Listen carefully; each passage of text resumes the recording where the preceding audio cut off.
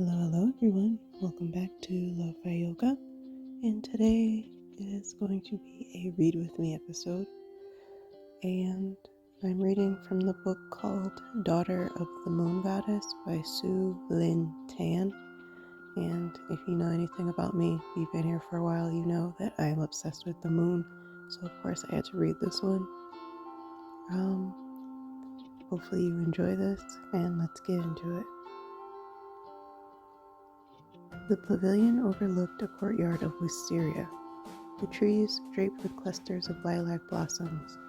I stood behind my mistress, Lady Mei Ling, who wore a pink brocade dress with gleaming flowers on the flowing sleeves and skirt. It was exquisite, the embroidered petals blushing a deep red before turning silver once more. My eyes widened. Lady Mei Ling possessed countless outfits, but this was a rare one. Only the most skilled seamstresses could enchant their creations to respond to its wearer's powers. In addition to serving Lady Mei Ling and keeping her rooms and courtyard pristine, I was assigned the care of her garments, her robes, cloaks, and sashes of silk, satin, and brocade. At first, it seemed a pleasant if somewhat tedious task, but I soon learned I bore the brunt of her considerable displeasure whenever anything was misplaced, for the slightest scratch or speck of dust. To make matters worse, Jia Yi selected our mistress's attire each day, adding to my workload with her never-ending stream of complaints and demands. Perhaps sensing my distraction, Lady Mei Ling's lips pursed as she glanced my way. "Tea," she said curtly. I hastened to refill her cup, the fragrant steam curling in the air. A strong gust of wind blew through the courtyard, showering petals across the grass. Lady Mei Ling smoothed down her fluttering sleeves, her brow puckering as though vexed the wind had dared to disrupt her morning. "Xingyin, fetch my cloak," she demanded. "The peach silk with the gold hem. Make sure you get the right one." I bowed, fighting the urge to grind my teeth. Lady Mei Ling was young, but she possessed the imperious temperament of a 1,000-year-old matriarch. Just a few months had passed since I came here, but the warmth of being among loved ones had already faded to the echo of a memory. As promised, I kept my identity a secret, yet it was never far from my thoughts. At night, I listened out for the deep and steady breathing of my roommates before letting my mind drift to the shining halls of my home. That's when the nightmares began, of my mother in Ping'er being captured by soldiers, of returning home to find it deserted and left in ruins. It was no wonder that I often awoke drenched in sweat, gasping through the cramp in my chest. The other attendants disliked me, thinking my situation beneath theirs. Their contempt only steeled my spine, although they made life hard for me in countless petty ways, ruining the things in my care, mocking my every word, carrying untrue tales of me to our mistress. She sent me to kneel in the courtyard so many times, I felt I was one of the carved stone lions that guarded the entrance. I should not complain. This was better than imprisonment or being flogged with flaming whips. Yet more than the discomfort, it was the indignity which stung. Each time I sucked back my tears, swallowing them all until I could almost taste the difference between the bitter tang of humiliation and the salt of sorrow. I hurried to Lady Mei Ling's room and searched frantically for her cloak. Her patience was short and her temper as incendiary as those firecrackers the mortals set off during festivals. Finally, I spotted it flung onto a chair. Picking it up, my relief vanished at the sight of the dark blot seeping through the fabric, the ink still glistening. Without thinking, I dropped it back down before it stained my skin. "What's the matter?" Jia Yi entered, a smile playing on her lips as she stared at the ruined garment. "If you don't look after our young mistress's clothes properly, you only have yourself to blame." As her hand flicked out in a disdainful wave, I stiffened to see one of her fingers darkly stained. "It was you," I said flatly. It should have come as no surprise. Her cheeks reddened as she tossed her head. "Who would believe you anyway?" My temper, simmering over the months of indignities, roiled over. "Such tricks don't make you better than anyone, they make you less," I hissed. Jia Yi took a step back. Was she afraid I might attack her? All I wanted was an apology, an admission of her guilt instead of hiding behind her mocking smiles and accomplices. But I was denied even that as Lady Mei Ling stormed into the room. "What's taking you so long? I'm almost frozen from the wind." As her gaze slid to the cloak on the floor, her mouth fell open. Jai recovered her composure first, her eyes wide and guileless as she picked up the garment and shook it out to better display the mark. "Young mistress, Xingyin spilled ink on it. She told me not to tell you because she was afraid." I breathed deeply, fighting for calm. Lady Mei Ling would never side with me against her favorite attendant, not without proof, which I had this time. Jai is mistaken. I did no such thing. It was stained before I got here. The young mistress is welcome to inspect us for stains. Jai paled as she buried her hands into the silken folds of the cloak. She need not have bothered as Lady Mei Ling's eyes pinched tight like a cat who had been stroked the wrong way. She disliked me, perhaps influenced by the stories the others had told her. "Jai is your senior in this household. Apologize to her at once. Then clean this and make sure it's spotless." She snatched the offending garment and tossed it at me. It struck my cheek, slithering down to pool by my feet. I could not speak, my gut recoiling from the injustice. My arms remained wooden by my sides in defiance of her orders. A wild urge gripped me to hurl the garment back at her, to pour freshly ground ink over Jai's own robe, to storm out, but here the fantasy ended. Where could I go? As Lady Mei Ling's lips clamped into thin streaks, I dropped my head, forcing out an apology. Grabbing the cloak, I ran from the room, unsure how much longer I could contain myself. I wanted to be alone, far from the chatter of the other attendants. I was beginning to understand why my mother preferred solitude during the times that burdened her heart. With a bucket and a bar of soap, I made my way to the nearby river. Clusters of bamboo grew all around, lush emerald green as they stretched proudly toward the sky. I sat by the riverbank, scrubbing the cloak, my chest so tight I could barely breathe. How I missed my home! The vow I had made to rescue my mother crushed me with its sheer futility.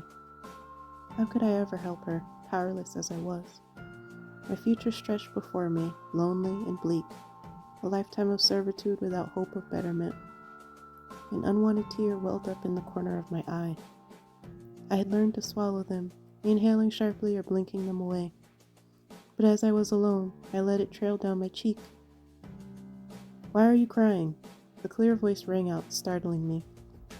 I spun around, only now noticing the young man sitting on a rock a short distance away, an elbow resting on his raised knee.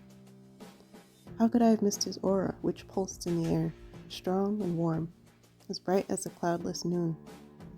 His dark eyes gleamed from beneath sweeping brows, and there was a radiance to his skin like it had been glazed by the sun.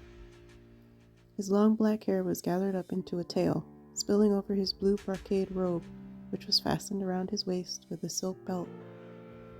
A yellow jade ornament swung from his sash, its tassel reaching to his knees as he jumped down and strode toward me. As he returned my gaze unreservedly, heat crept up my neck. "It can't be that hard to clean some dirty clothes," he remarked, staring at the blunt bundle in my hands. "How would you know? It's a lot harder than it looks," I retorted. "And I would never cry over this. It's just, I miss my family." The moment the words slipped out, I bit my tongue. It was the truth, but what had possessed me to speak of such things to a stranger? "If you miss your family, just go back to them. Why would you leave? Especially for work such as this." He gestured at the sodden garment dismissively, the corner of his lips curving up. Was he mocking me? I'd had my fill of such treatment today.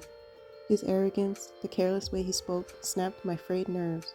What did he know of my troubles? Who was he to judge? I cast a pointed look at his finery. Not everything is that simple.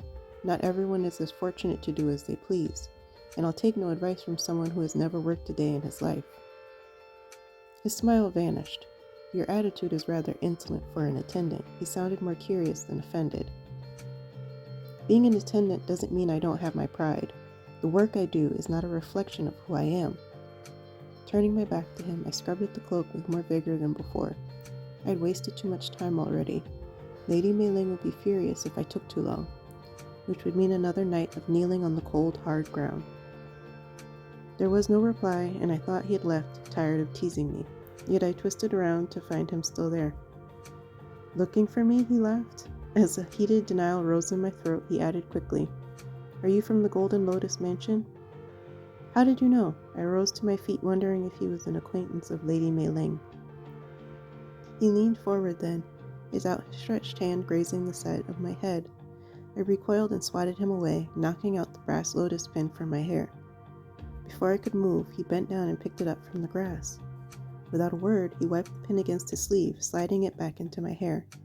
Dirt smeared his robe, which seemed not to bother him in the least. "Thank you," I said, finding my voice. No, he could not be my mistress's friend. None of them would ever help an attendant. "Your pin," he explained. "Don't all the attendants from there wear the same one?" I nodded as I sat down, plunging the cloak into the stream again, cursing inwardly at the stubborn ink. Instead of leaving, as I had expected, he settled down beside me, his legs dangling over the edge of the bank. "Why are you so unhappy?" It had been so long since I had someone to talk to, someone willing to listen. My caution, so carefully cultivated here, thawed in the spark of his warmth. "Each morning when I awaken, I don't want to open my eyes," I began haltingly, unused to unburdening myself. "Maybe you should sleep more if you're so tired." He grinned, but I scowled at him, in no mood for humor. How silly I was to think he might have cared. I grabbed the cloak and bucket to leave as he scrambled to his feet. "I'm sorry," he said stiffly, as though unaccustomed to apologizing. "I shouldn't have made fun of you when you were trying to tell me something important." "No, you shouldn't have." Yet there was no rancor in my voice. His apology had blunted my resentment. It was heartfelt and kind, both of which I had encountered little of since leaving my home. "If you're still willing to tell me, I would be honored to listen." He inclined his head with unexpected formality. I snorted. "I would hardly describe this as an honor, but I appreciate your clumsy attempt at flattery." "Clumsy?" It was his turn to scowl. "Did it work?" he asked unrepentantly. I could not suppress my smile, unfortunately. As an awkward silence settled over us, I plucked a long blade of grass and wound it between my fingers. "So why do you dread each day?" he probed. I tied a knot in the grass, and then another. It was easier to look at it than him. "Because I have nothing to look forward to. I'm a failure, and no matter what I do, how hard I try, nothing will ever change."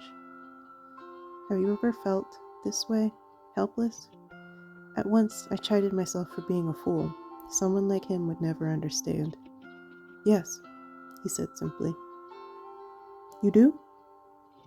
It was not that I doubted him, but he seemed to be one of those golden creatures who possessed more than their fair share of blessings. I knew nothing of him except his appearance and fine garments, yet his assured manner heralded privilege louder than bloodlines or titles. He leaned back, resting his palms on the grass.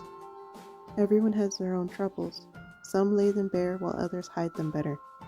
For myself, I do what I can to stretch the boundaries which chafe, even if it's just a little each time. Who knows when the slightest shift might make a difference?" What he said struck a chord in me. I had berated myself for being weak, but had that been an excuse for doing nothing? These past months I had been a shadow of myself, hollowed by grief and self-pity.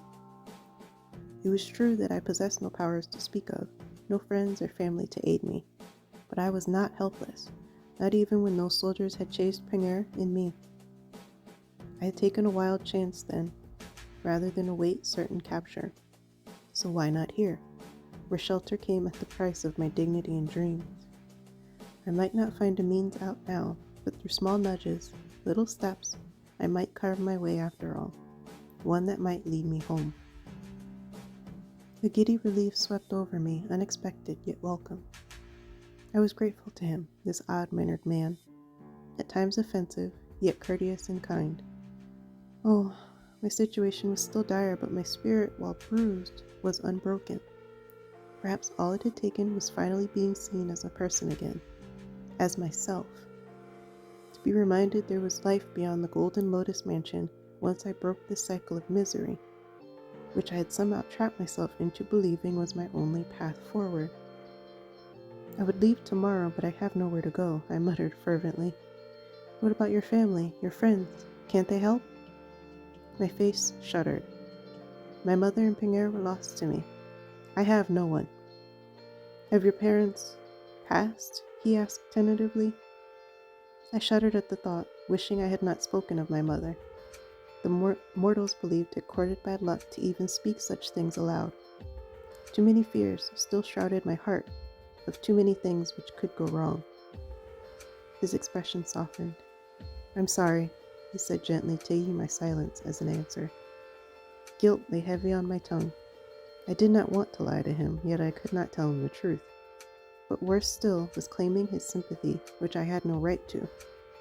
I opened my mouth to correct him, to utter the words that would dispel his compassion and leave him a disinterested stranger once more, but the sound of footsteps cut me off. It was Lady Mei Ling, stalking toward me in a rustle of brocade. I leapt to my feet, fighting the familiar dread spreading through me.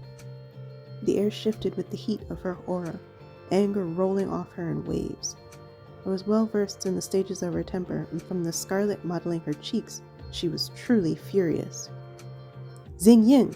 How long does it take to clean one small stain? I winced at the sharpness in her tone, even as something hardened along my spine. No apology sprang to my tongue, nor did I drop my gaze. My silence seemed to enrage her further. How dare you sit here idling about and chatting to strangers? She cast a scornful look at my new acquaintance, but then a strange and wonderful thing happened. Her face drained of color, a gasp sucked from her lips. Dropping to her knees, she cupped her hands together, holding them before her as she folded over in a formal bow to the young man who had risen to stand beside me. Lady Mei Ling greets His Highness, Crown Prince Liu Wei. Her voice turned as sweet as honey. If we had known you were honoring us with your presence, we would have prepared a proper welcome. I would have followed her to sink to my knees too, but all I could manage was to stare at him in disbelief. Why didn't he tell me who he was? He had not lied either, I reminded myself. Gone was the gentle young man I had confided in. In his place was a lord, secure in his might. He stood with his hands clasped behind his back, his expression aloof. If I had seen this side of him earlier, I might have fled. He nodded to her with cool formality. Lady Mei Ling, what has this attendant done to earn such a harsh rebuke? A soft sigh slid from her as her shoulders drooped. How frail and lovely she appeared right now, like a rose stripped of its thorns. Your Highness, I have always treated those who serve me as though they were my own family. What you witnessed was just a slip in my temper, caused by this attendant's repeated offenses. Strangled sounds emerged from my throat, which I choked back down. Prince Li Wei's expression was inscrutable. Did he believe her? And why did my spirits sink at the thought? How has she offended you? His tone was pleasant, yet he did not give Lady Mei Ling permission to rise. She spoiled my favorite garment and tried to lie her way out of it. I did not lie, I cried out, all decorum forgotten. Prince Li Wei's back stiffened a little. Did he regret being drawn into this trivial squabble? Such were my days at the Golden Lotus Mansion, an incessant stream of pettiness which wore away and gnawed at me. But no more, I decided. My encounter with the prince, inexplicable though it was, had reminded me that I did not need to meekly walk the path set before me. I would seek and use all the advantages I could find, even that of his position now. Did you see her ruin your garment? He asked Lady Mei Ling. She hesitated. No, I heard from... His hand flew up, cutting her off. Lady Mei Ling, you appear quick to cast blame without proper investigation. He took the cloak from me and looked at the blot, which all my efforts so far had failed to lessen.